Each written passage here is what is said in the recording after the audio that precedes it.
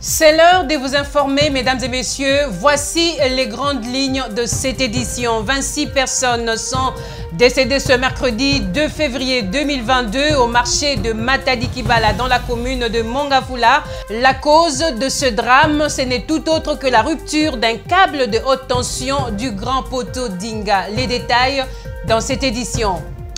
Et un invité dans cette édition, mesdames et messieurs, Ness Lutete, coordonnateur de la Naomi ASBL, parle notamment de l'importance des mesures à prendre en amont pour prévenir contre la drépanocytose. Mesdames et messieurs, bienvenue à toutes et à tous. Vous êtes amoureux du droit? Vous aimez la justice équitable? Bien. Suivez la grande édition du JT des droits humains sur nos chaînes partenaires et sur YouTube. Tapez JT des droits humains. Ce n'est pas tout. N'oubliez pas de vous abonner et d'activer l'icône de notification pour ne rater aucune de nos publications.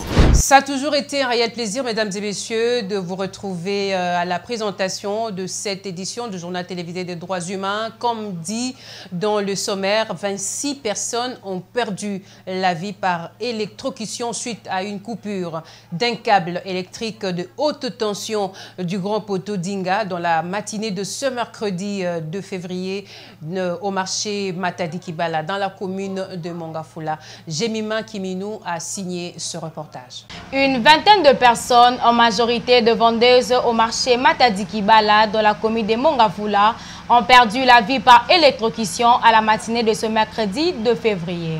25 personnes, dont 23 femmes, 2 hommes sont morts, une personne gravement blessée sous la pluie qui s'est abattue ce matin. Selon la population, la cause de cette électrocution n'est rien d'autre qu'un détachement d'un câble électrique à haute tension du grand plateau d'Inga qui traverse les quartiers. Donc,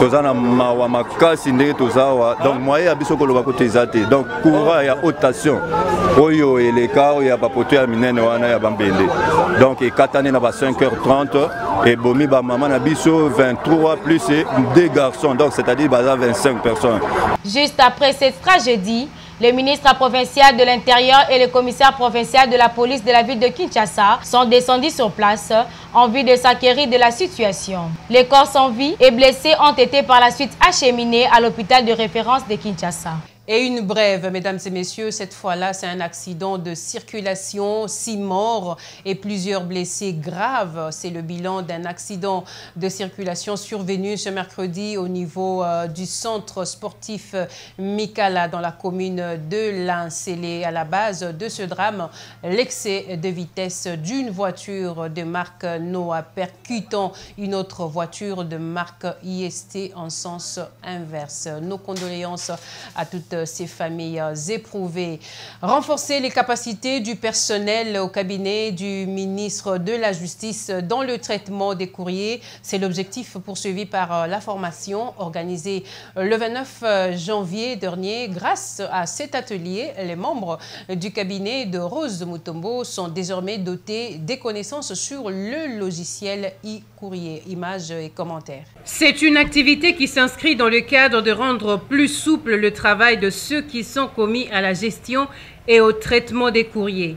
La directrice de cabinet du ministre de la Justice parle d'une formation qui tombe à point nommé au regard d'une centaine de courriers que ce ministère reçoit au quotidien. Parce qu'il a plu à son Excellence Madame la ministre d'État, ministre de la Justice et garde des Sceaux, de décider d'initier ce processus-là de la dématérialisation de tout ce qui est courrier. En fait, c'est la première phase, hein, on va évoluer.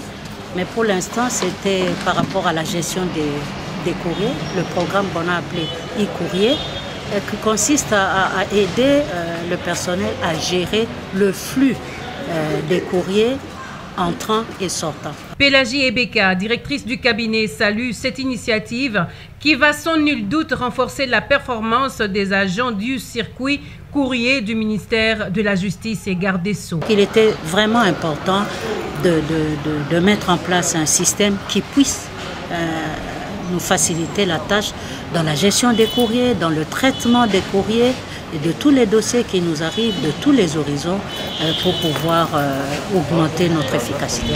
Formateur et partenaire du ministère de la Justice, Michael Loumanisha, représentant de la société e-Solutions, dit mettre à la disposition des bénéficiaires son savoir-faire pour rendre fluide la gestion des courriers au sein de ce ministère, mais aussi la sécurisation de ces derniers. De mettre en musique tous les courriers reçus et permet aussi aux différents acteurs du ministère d'avoir un aperçu et une certaine fluidité par rapport au travail et au délai de travail, de respecter les deadlines pour que le travail soit fait de manière efficace. Notons qu'avec ce système de e-courrier, il est impossible de retrouver les courriers officiels sur les réseaux sociaux sans autorisation. Ce système permet aux utilisateurs et à l'administration centrale d'avoir une mainmise sur toutes les actions qui sont posées pour que la personne qui sera à l'origine des fuites des courriers puisse en répondre. C'est depuis 3 ans que Félix-Antoine Tshisekedi Tshilombo gère la République démocratique du Congo et l'ONG de droits de l'homme Action contre les violations des droits des personnes vulnérables recommande au chef de l'État ainsi qu'au gouvernement le respect des instruments internationaux, régionaux, mais également nationaux pour espérer à l'effectivité de l'État de droit en RDC. Crispin Kobolongo, coordonnateur de cette structure, juge mitigeux les 3 ans du président Félix Tshisekedi sur les droits de l'homme. Il l'a déclaré lors d'une interview accordée à Aristote Mundia et Nyosh Mafuta. Dans les 3 années du président Félix Tshisekedi à la tête de la RDC, l'action contre les violations des droits des personnes vulnérables dit constater quelques avancées sur les volets droits de l'homme. Sur le plan de droits civils et politiques, le bilan est légèrement positif, dans ce sens que lorsque l'actuel président est entré, la première des choses, c'était de libérer tous les prisonniers politiques. C'est ce qui a été fait. Et deuxièmement, c'était de fermer tous les cachots clandestins. C'est ce qui a été fait. Et troisièmement, c'était d'humaniser les services de sécurité, comme l'ANER et d'autres services de sécurité, la DGM aussi. Donc, ce que nous avons constaté, il y a l'inexistence de ces endroits-là obscurs où on mettait les hommes politiques, où on mettait les défenseurs des droits de l'homme qui osaient dire des choses vraies aux dirigeants du régime passé. Alors, nous avons constaté qu'il y avait cette évolution. Et sur le plan de la liberté de la presse, ça aussi, on a remarqué sur le terrain, les journalistes parlaient librement. Cependant, cette ONG-DH estime qu'il reste beaucoup à faire car plusieurs questions liées aux droits humains jusque-là offrent des palliatifs. Au niveau surtout primaire, cette gratuité est effective. Malgré les différents problèmes liés à ça, il n'y a pas d'infrastructure. Les salles sont bombées d'enfants. Du côté sanitaire, là, en tout cas, ça traîne encore. Du côté emploi, et là également, il y a, depuis qu'il est là, bon, on a senti qu'il y a eu beaucoup de manifestations, de grèves. Là. De ces faits, cette structure de la société civile fait quelques recommandations au président de la République ainsi qu'au gouvernement pour l'amélioration de la situation des droits de l'homme en RDC. Quant aux recommandations, je vais demander